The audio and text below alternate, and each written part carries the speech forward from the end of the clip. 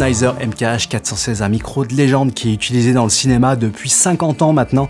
Depuis 1975, ce micro est au catalogue de chez Sennheiser. J'ai la chance de l'utiliser depuis maintenant 2 mois sur mes tournages, donc je vais vous en parler un petit peu plus tard dans cette vidéo, vous donner mon avis sur ce micro et pourquoi je pense que c'est un très bon investissement lorsqu'on est vidéaste et qu'on veut faire progresser la qualité de ses vidéos, parce qu'il y a beaucoup d'écart par rapport à un micro plus standard. Ici, je vous ai mis 2 micros, le Rode NTG4 que j'utilise depuis 7 ou 8 ans. J'étais très content de ce micro, mais dès que j'ai branché le MKH416, j'ai pu me rendre compte qu'il y avait quand même pas mal d'écart. Donc je vous ai mis les 2 micros pour un petit peu plus tard, on fera un comparatif, parce que lorsqu'on parle de son, c'est bien d'avoir une référence, parce que si je vous mets tout seul le MKH416, vous vous rendez pas forcément compte de l'apport que peut avoir ce micro. Sachant que la prise de son de cette vidéo n'est quasiment pas retraitée, je vais juste vous mettre un petit compresseur pour avoir un son un petit peu plus agréable pour vous. Mais avant de comparer ces 2 micros, aussi bien en intérieur qu'en extérieur, parce que l'extérieur c'est vraiment un endroit où le MKH416 il excelle, même s'il est vraiment aussi très bon en intérieur. Avant tout ça, j'aimerais vous parler un petit peu de l'histoire de ce micro parce que c'est vraiment fascinant. Le problème qu'il y avait à l'époque, c'est que les micros étaient très sensibles à l'humidité et aux fortes températures. Et sur certains plateaux de tournage de cinéma, ça pouvait être un problème avec des micros qui n'étaient pas aussi performants quand il faisait très chaud ou très humide que dans des conditions plus classiques. C'est pour ça qu'un ingénieur de chez Sennheiser, Manfred Ebing, a développé un micro qui sera moins sensible que les autres dans ces conditions. Et tout d'abord, il y a eu le 415 qui est sorti, ensuite le 416, bref, en 1975, c'est un micro qui arrive sur le marché, qui est proposé à ceux qui font du cinéma, et très rapidement, c'est devenu une référence justement par sa robustesse, parce que le micro est quasiment insensible à l'humidité et aux fortes chaleurs, contrairement aux autres micros à l'époque qui étaient électrostatiques. À titre d'exemple, le MKH416, il a été utilisé pour les tournages de la trilogie Star Wars, les scènes qui sont dans le désert, donc qui sont sur Tatooine, ça a été tourné en Tunisie, il faisait plus de 40 degrés sur le tournage, et du coup, c'est le MKH416 qui a fait le travail pour enregistrer les voix, donc je trouve que quand même c'est une petite référence. Puis c'est un micro qui est aussi beaucoup utilisé sur les documentaires animaliers, par exemple des tournages qui sont faits en pleine jungle, etc., où il y a beaucoup d'humidité et beaucoup de chaleur.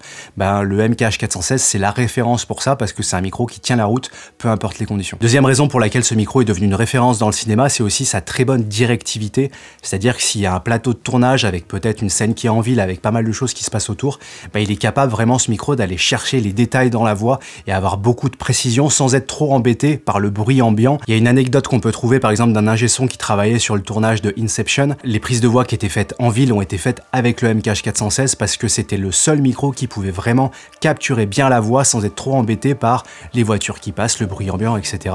Et dans ces situations-là, c'est aussi un micro qui est beaucoup aimé en extérieur quand il y a beaucoup de bruit. Alors tout ça, c'est dû à la conception du micro et à ce tube à interférence qui est là justement pour créer des histoires de phase, etc. à l'intérieur du tube avant la capsule. La capsule du micro est pas au bout du micro, elle est beaucoup plus haut après le tube à interférence et justement le but c'est d'arriver à capturer vraiment ce qu'il y a devant et le volume sonore de ce qui se passe autour est diminué justement grâce à ce tube à interférence. Si vous vous baladez un petit peu sur internet pour voir les références de ce micro, il a été utilisé dans plein de circonstances différentes. Pareil, le Seigneur des Anneaux, les tournages en extérieur, en Nouvelle-Zélande, les prises de son des voix en extérieur, c'est fait par un MKH416. Voilà, les références sont énormes et ça en fait un des micros qui est le plus utilisé dans le cinéma en extérieur. Il est aussi utilisé en intérieur. J'y reviendrai sur l'intérieur parce que là on est dans une scène intérieure, je vais vous donner un petit peu mon ressenti par la suite. Il faut savoir que c'est un micro qui fonctionne extrêmement bien aussi en intérieur à partir du moment qu'on a une pièce qui est bien insonorisée. Du fait de ces tubes à interférence, on en parlera un petit peu plus tard, mais dans certains cas en intérieur, il faut faire attention. Au-delà de la robustesse du micro et suite de sa forte directivité, il y a aussi la qualité sonore et le son qu'il produit. Dès qu'on branche ce micro, on a tout de suite un son qui est très différent d'un micro plus standard. Ici le Rode NTG4+, que j'utilise depuis 7-8 ans et j'en suis très content de ce micro, mais c'est vrai que dès qu'on met le Sennheiser, c'est pour ça que je voulais avoir les deux sur cette vidéo pour vous montrer un peu la différence, on n'est pas du tout sur la même qualité sonore et on a un son qui est beaucoup plus produit sur le Sennheiser et qui se rapproche beaucoup plus de ce qu'on entend en fait dans le cinéma. Ouais, c'est normal, c'est ce micro qui est utilisé. Il faut savoir qu'il est beaucoup utilisé aussi en studio pour tout ce qui est trailer, de bande-annonce, etc. parce que c'est un micro qui perce bien dans le mix, on entend bien la voix, il y a beaucoup de détails. Comme je vous le disais en préambule, j'ai ce micro depuis à peu près 2 mois, je l'ai trimballé un petit peu de partout, j'ai fait principalement des tournages en intérieur et dans des pièces plus ou moins traitées. Donc ça c'est aussi intéressant parce que ce micro, du fait de ces tubes à interférence, il faut faire attention en intérieur. Si on a une pièce qui est pas du tout traitée et où il y a beaucoup de réverbération, ça peut être un point qui est important à savoir sur ce micro, c'est qu'il va capter ces réverbérations quand même sur les côtés, et avec le tube à interférence, ça va créer un peu des problèmes de phase et on va perdre un petit peu des basses, on va perdre un petit peu de qualité sonore. Là où dès qu'on est en extérieur, je vous le montrerai juste après, on ira en extérieur pour voir un peu l'endroit où ce micro excelle, mais en extérieur, on a plus de basses qu'en intérieur dans une pièce non traitée. Donc ça, c'est à savoir. Je l'ai utilisé néanmoins dans des pièces où il y avait quand même pas mal de reverb avec des hauts plafonds, et par rapport au Rode NTG4, il s'en sort quand même mieux que ce type de micro. C'est vraiment le problème des micros Canon, parce que le tube à interférence, justement en intérieur, ça peut être un petit problème, mais dans tous les cas, voilà, le MKH416 est quand même plus précis que le Rode NTG4, et je captais quand même moins la réverbération que le NTG4, du fait qu'il soit plus directif et plus précis en fait. Ce que j'ai beaucoup aimé tout de suite avec le Sennheiser, j'ai fait pas mal d'interviews avec, c'est vraiment qu'on a le grain de la voix de l'interlocuteur, on a un son qui est beaucoup plus précis. Et c'est pour ça aussi que je pense que ce micro est beaucoup aimé dans le cinéma, parce qu'on a vraiment les émotions qui passent dans la voix des acteurs. Et il y a plein de petits détails qu'on n'arrive pas à voir avec le Rode NTG4. Le Rode NTG4, c'est un son qui est un petit peu plus brouillon, un peu plus boomy. Dans les basses, c'est un peu moins précis. Le Sennheiser MKH416, il a des très très belles basses, mais qui sont très précises. Et puis dans les médiums, le NTG4, il a moins de détails en fait, il y a moins d'informations, il y a moins aussi d'aigus, tout est un petit peu plus brouillon en comparaison, là où le MKH416, il va vraiment percer dans le mix, j'ai envie de dire. C'est pour ça que le Sennheiser, il est aussi très intéressant, parce que si par exemple c'est une voix off sur une bande son avec de la musique derrière, on entendra beaucoup mieux la voix, parce que ça va vraiment percer dans le mix avec les bons médiums pour bien qu'on entende la voix. Et puis également, de nos jours, de plus en plus de gens regardent des vidéos sur leur téléphone. Et les téléphones, il n'y a pas beaucoup de basses, pas beaucoup d'aigus, c'est vraiment les médiums qui prédominent. Et si vous regardez cette vidéo sur un téléphone, vous devez vous rendre compte que il est beaucoup plus précis, le MKH416, justement parce qu'il y a plus de médiums, vous entendez mieux ma voix, c'est plus précis, et on a moins besoin de mettre de volume en fait pour entendre ce qui est dit. Et ça fait vraiment la différence par rapport à un micro plus classique. Ce micro, il est principalement fait pour lorsqu'on parle, etc. Mais je l'ai même utilisé sur un tournage Tone Factory pour le chant. Nico a fait une interprétation à la guitare, et j'ai enregistré sa voix justement avec le MKH416.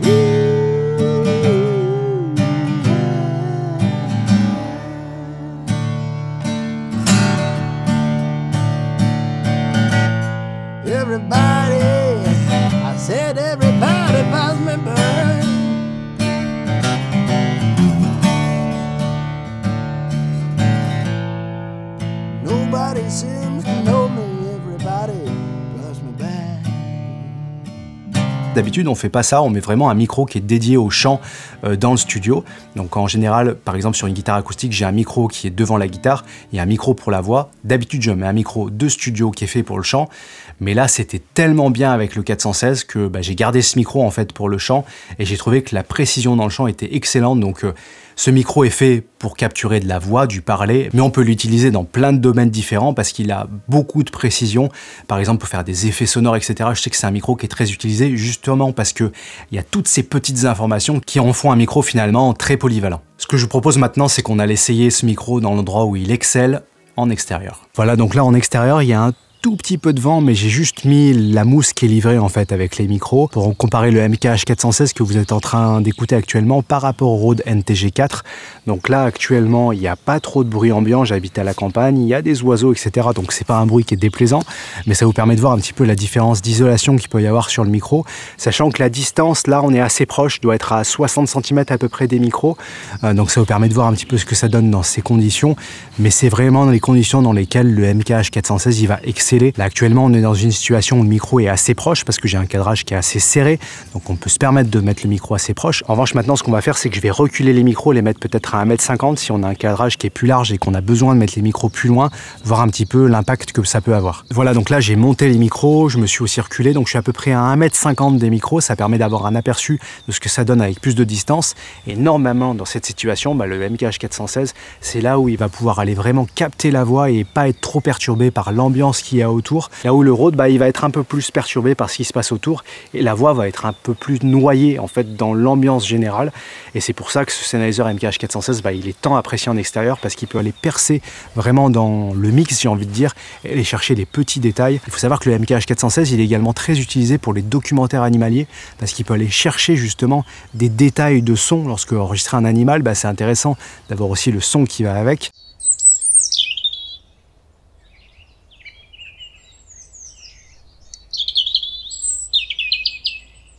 Voilà, de retour au studio, vous avez vu en extérieur, il y a aussi presque plus de basses qu'en intérieur, justement pour ce que je vous disais tout à l'heure. Ici, je suis dans une pièce qui est pas du tout traitée, j'ai juste mis un tapis au sol, j'ai mis aussi une couverture juste à côté de moi pour essayer de calmer un peu la réverbération de ma pièce, mais il y a quand même un petit peu de réverb, c'est pas aussi bien que dans un studio qui est traité, et du coup, bah, on perd un tout petit peu des basses à cause de ça. Il y a un point aussi qui est très important avec le MKH416, il faut vraiment savoir comment positionner son micro. Du fait qu'il soit très directif, si vous vous loupez dans la position de votre micro, ça peut avoir beaucoup d'incidence. Aussi un point qui peut être important pour certains, c'est savoir comment le micro réagit quand on n'est pas tout à fait dans l'axe, parce qu'on peut avoir un interlocuteur qui bouge pas mal la tête. Donc je vous montre un petit peu ce que ça donne. Donc là, le micro est pleinement dans l'axe en face de ma bouche. Si je vous le déplace légèrement sur le côté comme ça vous permet de voir. Donc là, je me suis mis à peu près à 5-7 degrés d'angle sur la droite. Je vais me mettre un tout petit peu plus, peut-être à 10-15 degrés d'angle pour voir ce que ça donne. Voilà, on est un petit peu hors de l'axe.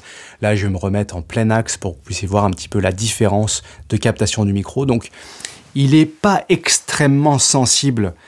Si on se désaxe de quelques degrés, ça va, mais en revanche, dès que vous passez les 10 degrés, il faut faire attention, parce que là, on peut vraiment perdre de la définition dans la voix. Il y a un point qui est aussi important avec ce micro, c'est les sibilances, qui peuvent être assez précises et assez gênantes lorsqu'on parle. Donc en fait, ce que je vous conseille, c'est peut-être de tourner un tout petit peu le micro de quelques degrés, pas le mettre plein axe en face de la voix, parce qu'on peut avoir justement moins de sibilance si on tourne un petit peu le micro sur le côté. Voilà, c'est un petit détail. Et puis aussi, c'est important de bien le positionner par rapport au torse, etc. Enfin, si ça vous intéresse d'avoir une vidéo vraiment sur le positionnement précis d'un micro et comment on fait pour bien positionner un micro sur un tournage, bah, dites-le moi dans la zone de commentaires. Mais vraiment, voilà, c'est important de savoir ce que vous faites quand vous avez un micro comme ça. Mais normalement, si vous investissez dans un micro de ce calibre, c'est que déjà vous avez un petit peu d'expérience. Voilà, bah écoutez, je pense que j'ai fait le tour de ce que j'avais à vous dire sur le MKH416. Est-ce que je vous conseille ce micro? Bah, si vous souhaitez faire progresser la qualité audio de vos vidéos, si vous faites beaucoup de tournages en extérieur, mais aussi en intérieur dans des pièces qui sont assez traitées, bah, c'est un excellent choix. Il a tellement de précision que c'est un bonheur de travailler avec un micro comme ça. Certes, c'est un investissement, mais je pense que ça vaut plus le coup d'investir dans un micro que peut-être dans un nouvel objectif si vous faites les deux, du son et de l'image, parce que finalement un nouvel objectif peut-être avec un peu plus de piqué, bah, ça va se voir pour vous, votre client peut-être va pas forcément le voir. Alors on peut se dire que c'est un petit peu pareil pour le son, peut-être que le client va pas se rendre compte de la différence, mais je trouve que c'est un investissement qui est intéressant et surtout que le fait qu'un micro, ça va vous durer toute votre carrière, hein. Vous allez l'utiliser pendant 30-40 ans ce micro sans aucun problème, il sera toujours là avec vous dans toutes les circonstances, là où un appareil photo ou un objectif, ça dure quand même un petit peu moins longtemps. Donc je pense que c'est un investissement qui est nécessaire pour ceux qui veulent faire progresser la qualité de leurs vidéos. Et puis moi en tout cas j'en suis vraiment ravi et je suis très content de pouvoir vous proposer du contenu avec le MKH416, mais aussi de pouvoir proposer ça à mes clients, d'avoir un des meilleurs micros du marché sur mes vidéos. Un petit détail avant qu'on se quitte, comment j'ai branché ce micro, parce qu'il lui faut une alimentation fantôme, et en fait le plus simple pour moi, j'en avais parlé dans la vidéo sur mon matériel pour 2025, ce micro il est connecté sur un enregistreur externe, donc c'est un Tascam, le DR701D je crois de mémoire, et en fait j'utilise la sortie ligne du Tascam qui va dans l'entrée ligne du Nikon Z6 III, parce que oui, le Nikon Z6 III il a une entrée ligne, donc c'est extrêmement pratique, en fait j'ai directement le bon son sur mon fichier vidéo, donc ça permet de gagner du temps aussi en post-production. Alors en tout cas j'espère que cette vidéo vous aura plu et vous aura intéressé. Si vous avez la moindre question comme d'habitude, n'hésitez pas à me la mettre dans la zone de commentaires, je me ferai un plaisir de vous lire et de vous répondre. Et puis moi je vous dis à très bientôt pour une prochaine vidéo. Salut!